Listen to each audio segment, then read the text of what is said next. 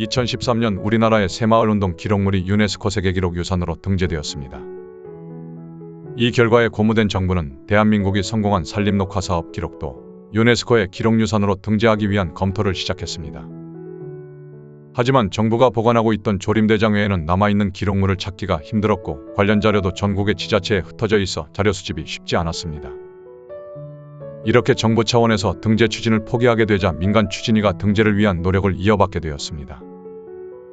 서울대학교 산림과학부 명예교수인 이경준 교수가 위원장을 맡고 퇴직한 산림 공무원들이 합류해 산림녹화 유네스코 기록유산 등재추진위원회가 2016년 6월 발족하게 됩니다. 위원회는 발족한 다음 해인 2017년 정부 기록물을 중심으로 유네스코 등재를 신청했지만 탈락했습니다. 탈락의 주요 이유는 민간 참여 기록의 부족이었습니다. 유네스코의 등재 기준 중 하나인 다양한 사회 구성원의 참여와 증언을 반영한 진정성 항목에서 미흡하다는 평가를 받았던 것입니다. 탈락 이후 위원회는 7년간 전국의 산림조합과 산림계를 직접 방문해 민간이 자발적으로 참여한 조림 활동과 관련된 기록물들을 추가로 수집했습니다. 당시 수집한 자료들은 황폐지 복구 치산 녹화, 연료림 조성 화전 정리 산림 녹화와 관련된 산림계 조직 문서와 관련 사진 영수증 표창장 화전민 정착기금 업무일지 수료증 등 산림 녹화와 관련된 모든 자료들이었습니다. 이번 자료 수집에는 강원도의 힘이 컸습니다. 전국 발굴 자료 중 약 28%에 달하는 사료를 강원도가 찾아냈습니다. 이렇게 각 지역별로 자료를 수집해 이 기간 동안 한국 전쟁 이후 황폐해진 산림을 복구하기 위해 민관이 함께 추진한 산림녹화 사업의 과정을 담은 공문서와 사진 1만여 건을 발굴해냅니다. 이경준 위원장과 전진표 한국 이무연합회장 그리고 이철수 전 서부지방산림청장 등 40여 명의 퇴직한 공무원들은 거의 무보수로 자신들이 근무하거나 인연이 있는 지역을 찾아다니며 닥치는 대로 기록물을 모았습니다. 이들의 활동비용은 산림청 연구용역비와 유한킴벌리와 한국향묘협회 후원금이 전부였습니다.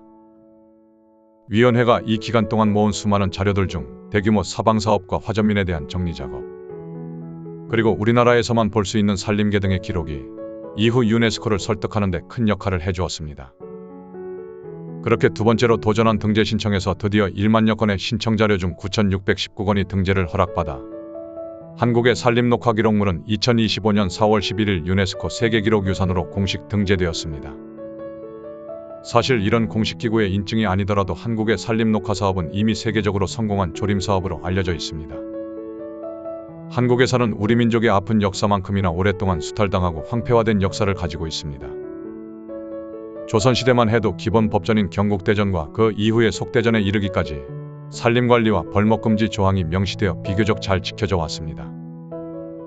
나무를 함부로 베는 사람은 장형이나 노역형에 처해졌으며 군사적 목적이나 왕궁건축 목적 이외의 벌목은 거의 금지에 가까웠습니다. 특히 조선은 풍수지리에 따라 산의 형세가 국가의 흥망이나 백성의 복지와 연결된다고 생각했기에 산을 함부로 다루는 것은 천벌을 부르는 행위로 여겨졌습니다. 하지만 조선 후기로 넘어오면서 국력이 약해지고 산의 관리도 느슨해져 무분별한 벌채와 세금을 피해 산으로 숨어든 화전민들이 많아지면서 산림의 황폐화가 서서히 진행되었습니다. 일제강점기가 시작되며 산림은 조직적인 수탈의 대상이 되었습니다. 일제는 1911년 산림령을 제정해 산림을 국유화하고 조선총독부가 직접 관리를 시작합니다. 그리고 철도, 군수물자, 목재 수출 등을 위해 대규모 벌채가 전국적으로 자행되었습니다. 벌채가 완료된 지역에서는 일부 조림이 이루어졌지만 이 역시도 재수탈을 위한 경제림 조성이 목적이었습니다. 일제시대를 지나며 우리나라의 자연림은 대거 파괴되고 생태적 균형은 무너져 산속에 살던 동물들도 전멸하게 됩니다. 해방을 맞으며 일제의 산림관리 시스템은 해체되었지만 우리나라의 산림은 아무도 관리하지 않는데 더해 경제난과 식량난으로 인해 서민들의 무단벌채와 화전개간이 극성을 부리게 됩니다. 그렇게 그나마 남아있던 산림자원마저 목재와 땔감 등의 연료자원으로 소진됩니다. 우리나라의 산에 대한 마지막 일격은 한국전쟁이었습니다. 남아있던 산림은 적군의 은신처가 되었기에 포격과 화재, 군사작전으로 전 국토의 산들은 말 그대로 민둥산이 되어갔습니다.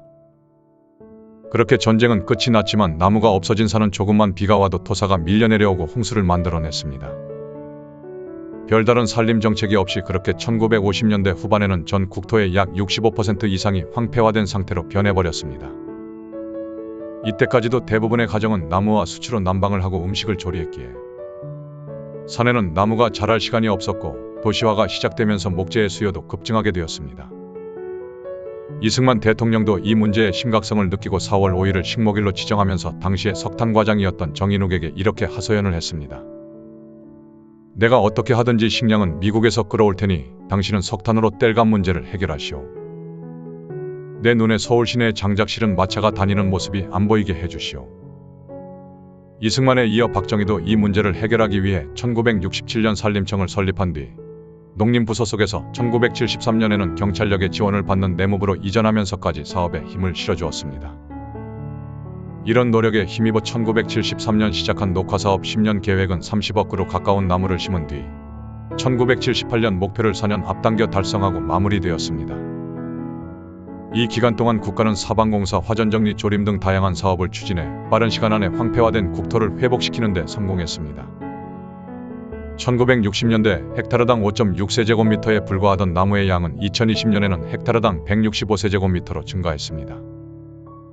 한나라의 국토 면적의 65%를 차지하는 산림 면적을 민둥산에서 숲이 울창한 산으로 단시간 안에 바꾼 대한민국의 기적은 유엔과 전 세계로부터 성공적인 산림 녹화 사례로 평가되고 있으며 2012년 리우 정상회의에서는 개발도상국들의 모범 사례로 소개되기도 했습니다.